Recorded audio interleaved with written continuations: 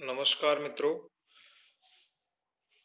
आज पुनः नीति शतक के अग्रिम श्लोक लेकर मैं प्रस्तुत हूँ।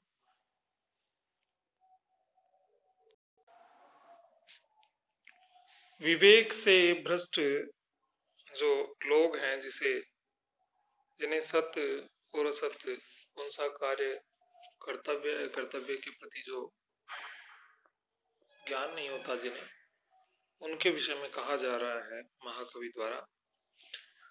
शिरः सार्वं स्वर्गात् पशुपति शिरस्तः क्षितिधरं महीघ्रादुत्तुङ्गात् अवनिमवनेश्चापि जलधिम् अधोदो गङ्गेयं पदमुपगतास्तोकमथवा विवेकभ्रष्टानां भवति विनिपातः शतमुखः। अर्थात अविवेकी जो लोग हैं उनका किस प्रकार से बार बार उनकी अधोगति होती है, उसके विषय में कह रहे हैं कि शिरः सार्वम स्वर्गात्, इह इयम या गंगा भगवती, या गंगा वर्तते, जो गंगा है वो स्वर्ग से भगवान शिव जी के सिर पर आई। शिरः सार्वम स्वर्गात्, स्वर्ग से सार्वम शिरः, शिव जी के सिर पर उसका पतन हुआ। पशुपति शिरस्तः क्षितिम, और पशुपति के सिर से वो क्षितिधर पर गिरी, क्षितिधर पर्वत। महीघ्रात अवनिम, और उस ऊंचे पर्वत से, उत्तुंगात बहुत ऊंचे पर्वत की चोटी से वह धरती पर गिरी। अवनेश्चापि जलधिम, और पृथ्वी से वह जलधिम समुद्र में गिरी। अधः स्तोकम पदम उपगता, नीचे नीचे इस प्रकार उसने क्रमशः तुच्छ से तुच्छ पद को, स्थान को प्राप्त किया। अथवा विवेक भ्रष्टानाम शतमुख विनिपात भवति, विवेक रहित व्यक्तियों का सैकड़ों प्रकार से पतन होता है।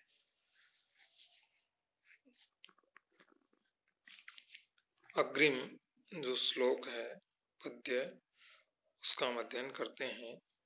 शक्यो वारयितुं जलेन हुतभुक् छत्रेण सूर्यातपो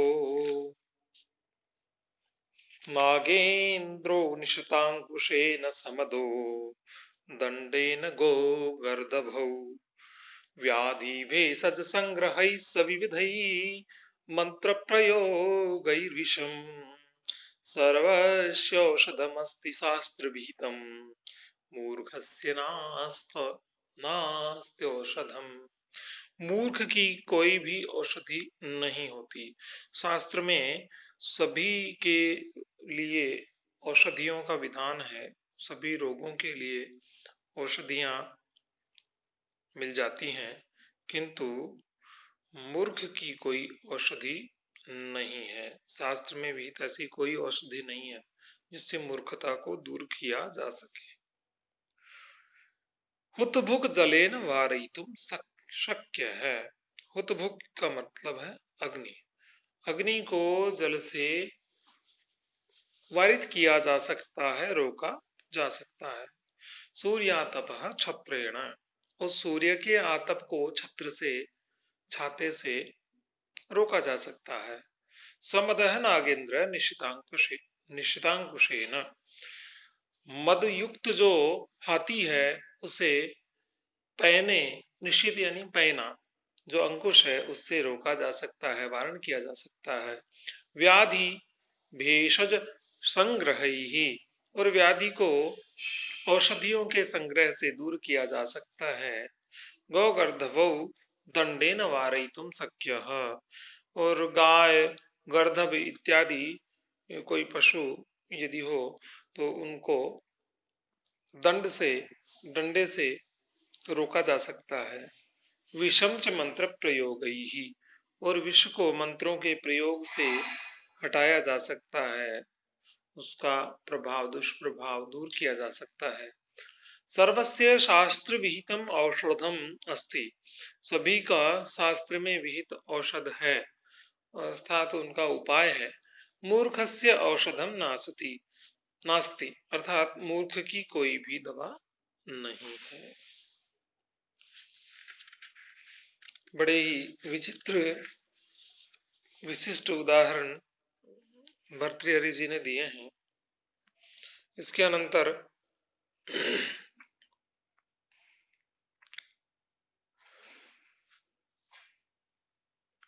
साहित्य संगीत कला विहीन, साक्षात् पशुः पुच्छ विषाणहीनः, तृणं न खादन्नपि जीवमानः, तद्भागधेयं परमं पशूनाम्।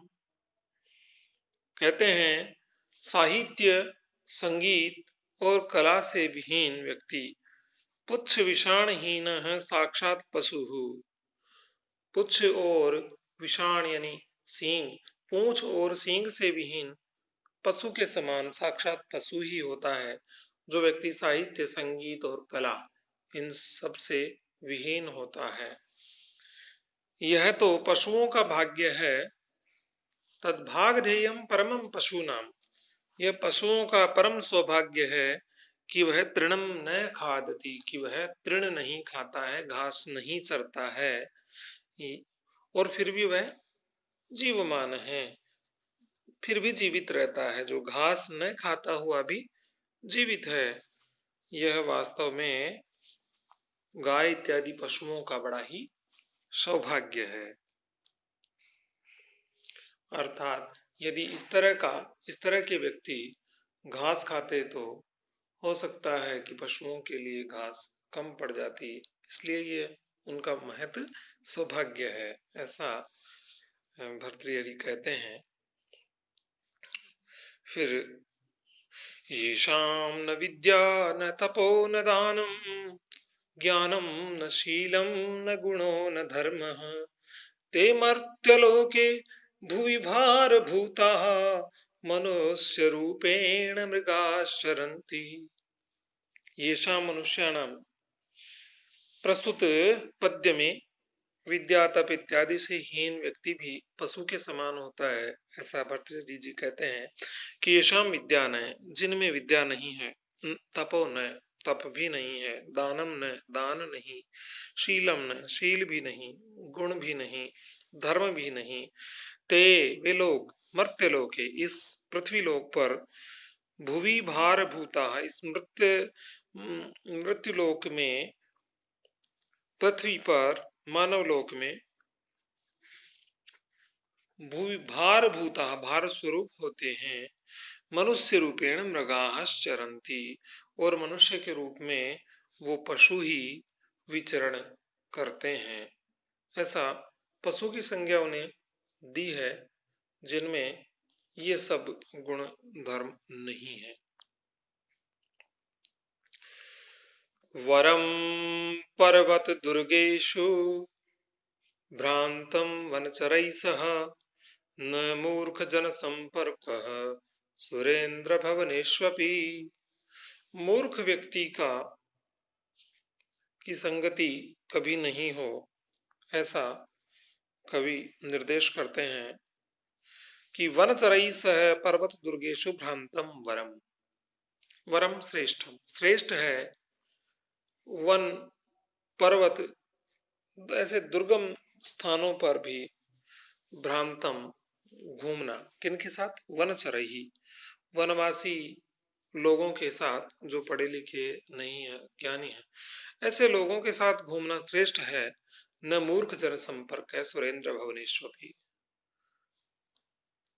सुरेंद्र भवनेशु, इंद्रलोक में, इंद्र के भवनों में भी, स्वर्ग में भी मूर्ख व्यक्ति का संसर्ग नहीं होना चाहिए, यह अच्छा नहीं है। दोनों में आपस में तुलना कर रहे हैं कि जंगल में विचरण करने वाले कोल भील इत्यादि के साथ पहाड़ों में दुर्गम स्थानों में भटकना कहीं अच्छा है, परंतु मूर्खों के साथ इंद्र के भवनों में भी रहना अच्छा नहीं है। अगला पद्य, शास्त्रोपस्कृत शब्द सुंदर गिरः शिष्य प्रदेयागमा विख्याताः कवयो वसन्ति विषये यस्य प्रभोर्निर्धनः तज्जाड्यं वसुधाधिपस्य कवयो ह्यर्थं विनापीश्वरः कुत्स्याशुः कुपरीक्षका हि मणयो यैरर्घतः पातितः। अर्थात जो कविगणों का तिरस्कार करते हैं वे राजा लोग अपनी मूर्खता को प्रकट करते हैं, ऐसा कवि का मानना है।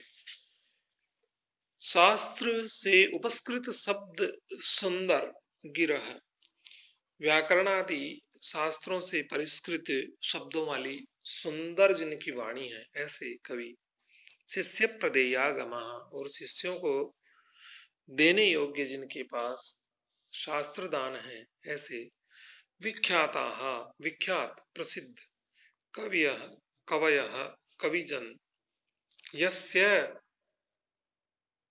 प्रभोः विषये, जिस प्रभो यानी राजा के विषय यानी राज्य में, निर्धनाः वसंती, निर्धन होकर रहते हैं, तज्जाड्यम वसुधाधिपस्य, वह उस राजा की, वसुधा यानी धरती, अधिप यानी उसके राजा स्वामी, उस राजा की मूर्खता है ही, क्योंकि कवय है कवि तो, अर्थम बिना अपि ईश्वराः, वह तो धन के बिना भी समर्थ हैं।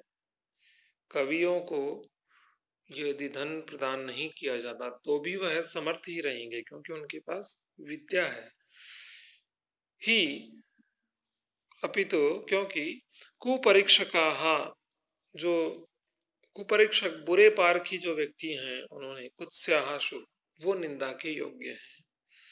यही ही, जिन्होंने मणयः अर्घतः पातितः, जिन्होंने मणियों को, बहुमूल्य मणियों को, पातितः, उनके मूल्य को गिरा दिया है, मूल्य से गिरा दिया, रत्नों को, मणियों को मूल्य से गिरा दिया, उन्होंने उनका मूल्य सही नहीं आंका।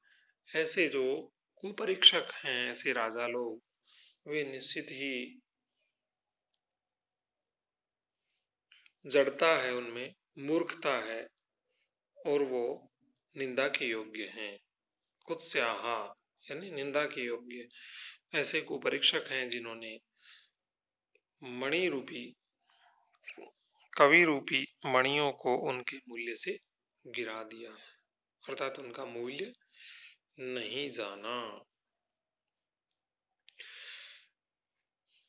पुनश्च हम आगे की जो पद्य परंपरा है उसे अग्रिम वीडियो में पढ़ेंगे। धन्यवाद।